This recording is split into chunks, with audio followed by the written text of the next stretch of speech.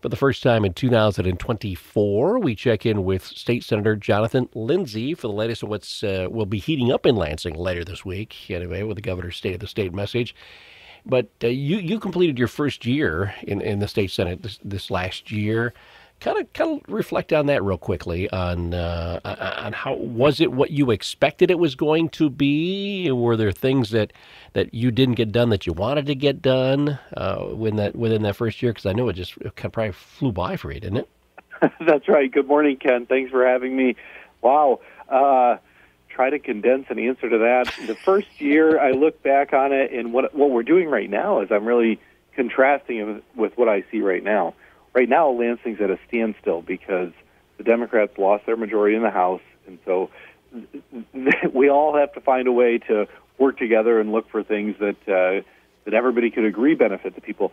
Last year was not the case. It was true Democrat trifecta control, so it was just charge ahead on major policy priorities that they had.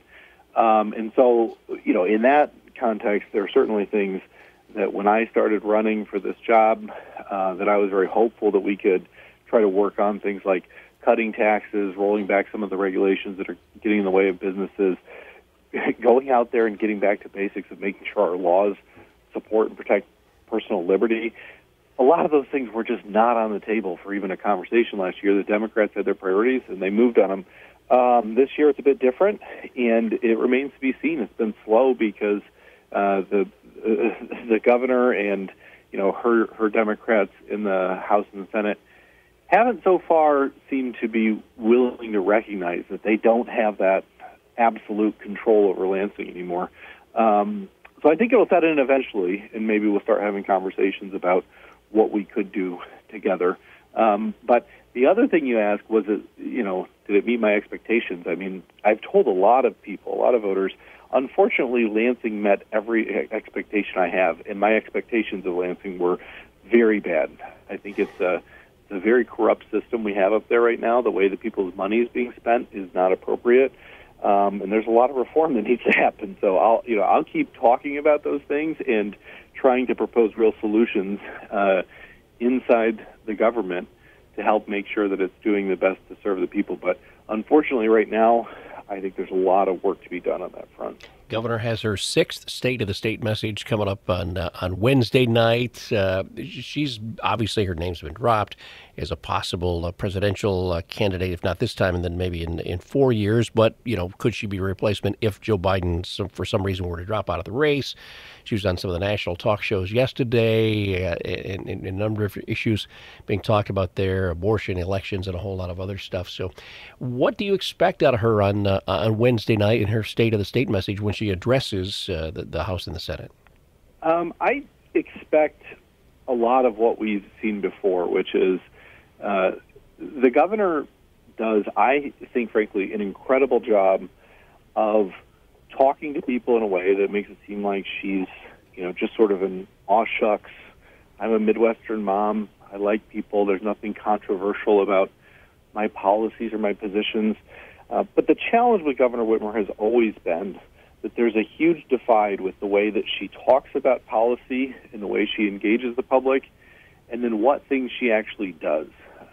There are a lot of people who've looked back at this last year where she got that opportunity to have her entire agenda done without any roadblocks, and have said that this is far and away the most extreme leftist policy session that we've ever had in Michigan. It's I think we ranked further left than some states that it would just shock people, making comparisons with places like California. And this is in Michigan. It is a truly divided state where people, it's more purple, it's more evenly split. So, when we listen to the State of the State, I expect more of the same, and I think the challenge for people is sort of decoding.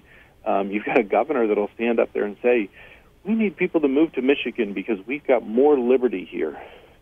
And then she'll run a government that directly attacks people's personal liberties. So with her, it's always, it's not about what's being said, it's about what's actually being done. With the speech that comes out here, this, again, as you said, overlaid over somewhat of a deadlock in Lansing, especially on the House side, till that gets settled with the elections later this year. Can she actually have bold initiatives going forward, or is she going to have to maybe just kind of stay the course for at least a year to see where the power shakes out? I think for her, and back to what you were talking about before, of the sort of campaigning, even if she isn't campaigning, right? It's always good to be buffing your national profile. I think that she will have certain things that she calls on us to do, but I think that it will also be pretty heavy on her taking credit for work that's already been done. And they'll talk about things like energy reform that they did, a lot of the legislation from last year. And on that particular one, on the energy reform, keep in mind that something happened last week. The Board of Canvassers met. They approved some language for various ballot petitions. People will probably see more about these in the future. The reason I bring it up is this is probably the best example. The governor pushed through this energy package that included taking away the ability of local communities to decide on solar and wind projects. And there's a group out there that is now starting a ballot initiative to repeal that, to return the control back to the locals. And they went out and they were talking about this last week, that they went out and polled different communities to say, do you agree with this law or don't you?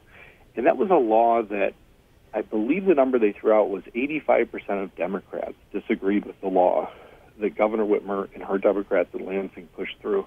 So they're well outside what even their own, voter base believes when it comes to issues like taking away power from local governments to make decisions about what's good for their communities. But I think she's going to talk about those things, and she's going to tout them as, we're great. We got a lot of good headlines from CNN and MSNBC about how we will be the blueprint for the rest of the country. Well, I hope that's not true. I hope we start to walk this stuff back. Well, and that's, so the petition drive led by townships and township associations, and so some of the leaders of it actually were Democrat township supervisors from the UP. So that was kind of interesting that was a part of that. So, well, we'll see how it plays out for her. We're talking to our state senator, Jonathan Lindsey.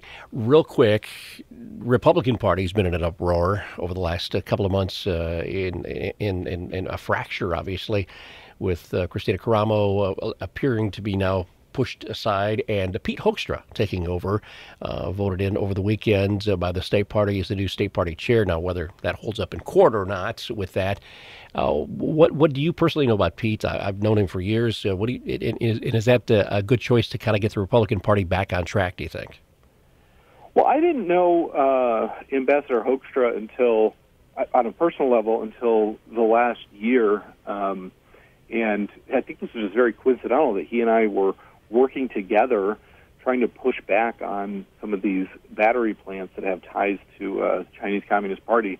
So that was sort of a funny intersection, and now he's run to replace this.